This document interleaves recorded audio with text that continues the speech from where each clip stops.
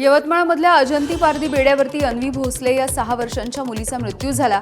तो मृत्यू तहानेनं व्याकुळ होऊन झाल्याची शक्यता आता समोर आली, कारण डॉक्टरांनीच उष्माघाताची कसलीही लक्षणं दिसत नाहीत असं म्हटलंय। शिवाय अन्वी भोसले हिला कसलाही आजार नव्हता अशीही डॉक्टरांनी माहिती दिली। अन्वी भोसले कळशी घेऊन पाणी आणायला गेल्यानंतर चक्कर येऊन पडली आणि रस्त्यावरच गतप्राण झाली।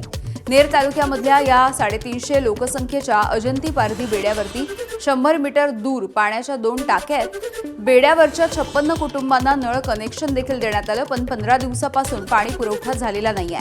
गावकऱ्यांना पाण्यासाठी अर्धा किलोमीटरची पायपीट करावी लागते। टाक्या खाली होत्या, त्याला वाटलं घरी पाणी नाही, पाण्याला गेली तिकडे रोड हापशीपर्यंत ते पंप लावलेला आहे ना गावात गेली, गावातच मृत्यू झाला त्याचा।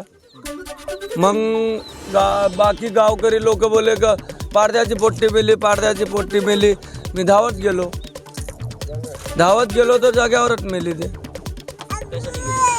पाणी भराल्या नळ आहे, कनेक्शन आहे, पण पाणी येत नाही। नाही 15 दिवसात बाद येते। हे मूर्ती कसा बदलवलं झालं, कवा 10 रोजानं कवा 12 रोजानं पाणी सुटे। ते पाणी नाही राहिल्यावर मग कोणी धाव करून जाय, पाण्याला गेलं, पाण्याच्या मुळेच हे झालं सारं। किती दिवस झाले नळ लावणीचं? नळ लावणं 3-4 वर्ष झाले असं। जेव्हा पाणी आलं पाणी फक्त एकच वेळ सोडते, 10 रोजानं नाही तो 12 रोजानं, बरं, नंतर पाणीचा पत्ता नाही। सदर मुलीचा जो मृत्यू झालेला आहे हा अनपेक्षितपणे झालेला असल्याचं आहे समजा, पण मृत्यूचं निश्चित कारण सध्या कळू शकलेलं नाही।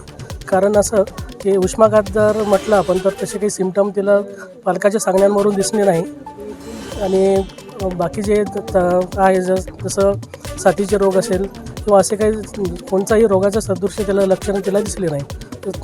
मागील 8 दिवसापासून किंवा 15 दिवसांपासून ती कुठल्याही प्रकारे आजारी नव्हती। प्राथमिक चौकशी केली, त्या अनुषंगाने आम्हाला तशी काही लक्षणे दिसली नाही। सनस्ट्रोकमुळे लेबल आपण तसं करू शकत नाही।